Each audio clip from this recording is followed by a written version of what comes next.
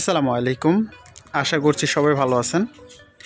আজকে আমি এই যে মামার এই ফ্যানটাকে চার্জে দিছি আমার সোলার সিস্টেম থেকে। তো বিস্তারিত দেখাই আপনাদেরকে। এই যে দেখেন আমার ঘরের চালে আছে হচ্ছে Longi 355 watt 3 piece solar panel. এগুলো হচ্ছে 24 ভোল্টের সোলার প্যানেল। তো এই হচ্ছে মামার ফ্যান। তো মামার ফ্যানটা হচ্ছে মূলত 4 ব্যাটারি 48 ভোল্টে চলে। তো ফ্যানটা নিয়ে গত 2 দিন আগে আমাদের বাসায় আসছে, আর আমরা এটার চার্জ শেষ করে ফেলছি। তো এই হচ্ছে চার্জার, ডিজে-ডিসি চার্জার। এই হচ্ছে চার্জ হচ্ছে, এই হচ্ছে চার্জার প্লাগ। এখান থেকে এই ঘরের মধ্যে গেছে। তো চার্জ হচ্ছে কিভাবে আমি সেটাই দেখাই। আমার এখানে আছে হচ্ছে ভলভো 200 এম্পিয়ার ব্যাটারি এবং রিমসো 200 এম্পিয়ার ব্যাটারি। আর এটা হচ্ছে আমার চার্জ কন্ট্রোলার। তো আমি প্রথমে দেখাই সোলার থেকে কত অ্যাম্পিয়ার আসে।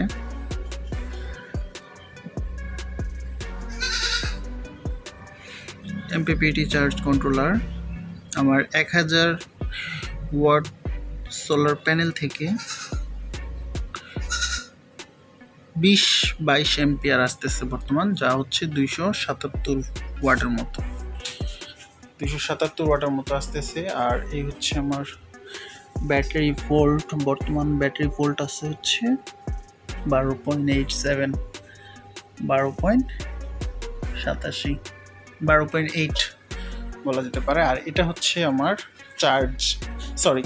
এটা হচ্ছে আমার IPS 1100 VA। তো এটাতে আমি 950 ওয়াট পর্যন্ত লোড দিতে পারবো, 950 ওয়াট। তো এই কেবলটাই মূলত এই দিক দিয়ে আমি বাইরে নিয়ে গেছি। তো এটা হচ্ছে 950 ওয়াট আমি লোড দিতে পারবো।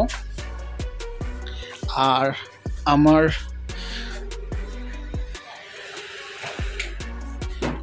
ভ্যানটা বর্তমান লোড চার্জ হচ্ছে প্রায় 400-450 ওয়াটের মতো খাচ্ছে। তো আমার এটাতে আমি লোড দিতে পারবো হচ্ছে 950 ওয়াটের মতো। তো এদিক থেকে আসতেছে মনে করেন এই যে 282-300 মতো আসতেছে।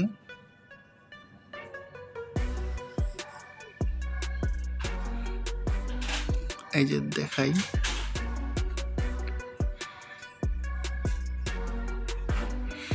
32 ভোল্ট আসতেছে উপর থেকে, 22 অ্যাম্পিয়ারের মতো, 20-22 অ্যাম্পিয়ার, 266-70।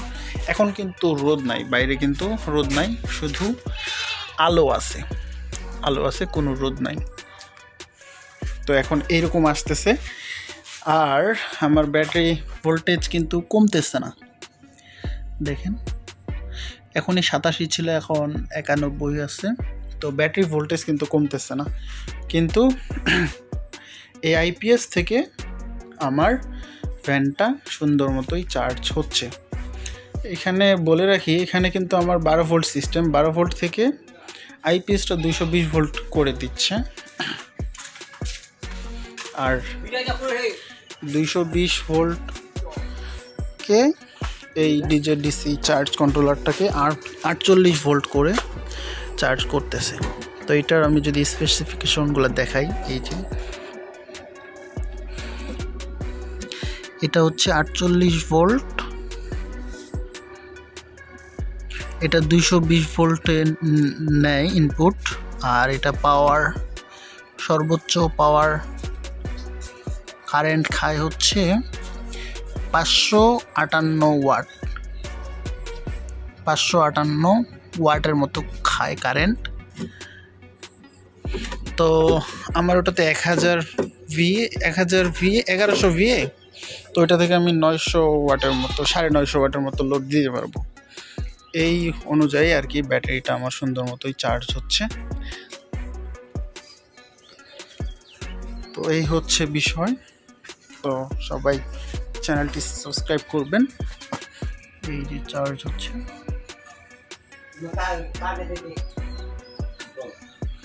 তো সবাই চ্যানেলটি সাবস্ক্রাইব করবেন। আশা করছি যে আগামীতে আরও কিছু বাস্তব অভিজ্ঞতা সম্পন্ন ভিডিও নিয়ে আসবো। তো আমার উপরে যে প্যানেলগুলো দেখলাম 1000 ওয়াট, 1000 ওয়াট থেকে কিন্তু আমি প্রায় 800 ওয়াট পর্যন্ত রোদের সময় আউটপুট পাই। তো এটা আমি পরবর্তী ভিডিওতে দেখাবো, অথবা আগের কিছু ভিডিওতেও সেটা আমি দেখিয়েছি। জি, এখন একটু রোদ উঠেছে, রোদ কিন্তু পুরোপুরি ফুল রোদ না, হালকা রোদ, তবে গরম পড়তেছে ভালো। এখনো গাড়িটা চার্জ হচ্ছে, যদি আমি আপনাদের দেখাই, এই যে চার্জ হচ্ছে রোদের, তো এই জন্য আলোটা অতটা দেখা যাচ্ছে না, তবে যে শব্দ শুনতে পাবেন। তো এই চার্জ হচ্ছে। আচ্ছা, এখন এই রোদের মধ্যে আউটপুট কত আসতেছে এটা দেখাই যদি। এই যে দেখেন,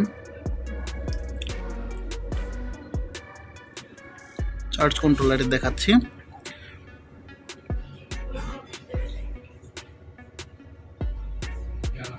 ব্যাটারি ভোল্ট এটা দেখাচ্ছে, সোলার ভোল্ট 36, 37, 40, 41, এই যে 549 ওয়াট।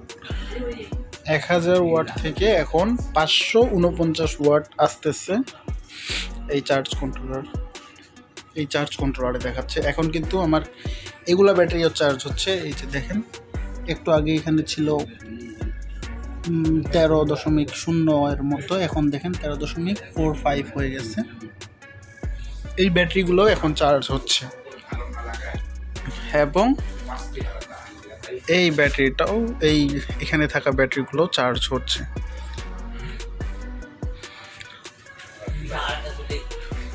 এই ফ্যানটাও চার্জ হচ্ছে। তো আপনারা চাইলেও এরকম করে চার্জ দিতে পারেন, তবে সেক্ষেত্রে খেয়াল করবেন যাতে আপনার আইপিএসটা যাতে আপনার একটু বেশি ক্যাপাসিটির হয়, যাতে সুন্দরভাবেই ফ্যানটাকে চার্জ করতে পারে। যেমন আমার এটা 1000 ওয়াটের মতো লোড নিতে পারবে, এবং আমার ফ্যানটা চার্জ হবে সর্বোচ্চ 550 ওয়াটের মতো। তো এই হচ্ছে বিষয়। আচ্ছা, আরেকটা জিনিস, আমার এই ব্যাটারিটা কিছুদিন আগে চার্জ থাকতেছিল না, ভলভো 200 অ্যাম্পিয়ার ব্যাটারিটা। এটা আমি কিভাবে ঠিক করলাম এটা দেখতে আমার চ্যানেলে দেখেন আরেকটা ভিডিও আছে, ওই ভিডিওটা দেখলে বুঝতে পারবেন যে ব্যাটারিতে যদি কোনো সময় চার্জ না থাকে সেক্ষেত্রে সেটা কিভাবে ঠিক করতে পারেন। তো এই ছিল আজকের ভিডিও। এবং আমার এই যে দেখেন, এখানে লংজি 355 ওয়াটের প্যানেল আছে 5 পিস ঘরের মধ্যে। তো এইগুলা নিয়েও বিস্তারিত ভিডিও করা আছে, তো এগুলো আপনি চাইলে আমার অন্য ভিডিওতে দেখে আসতে পারেন।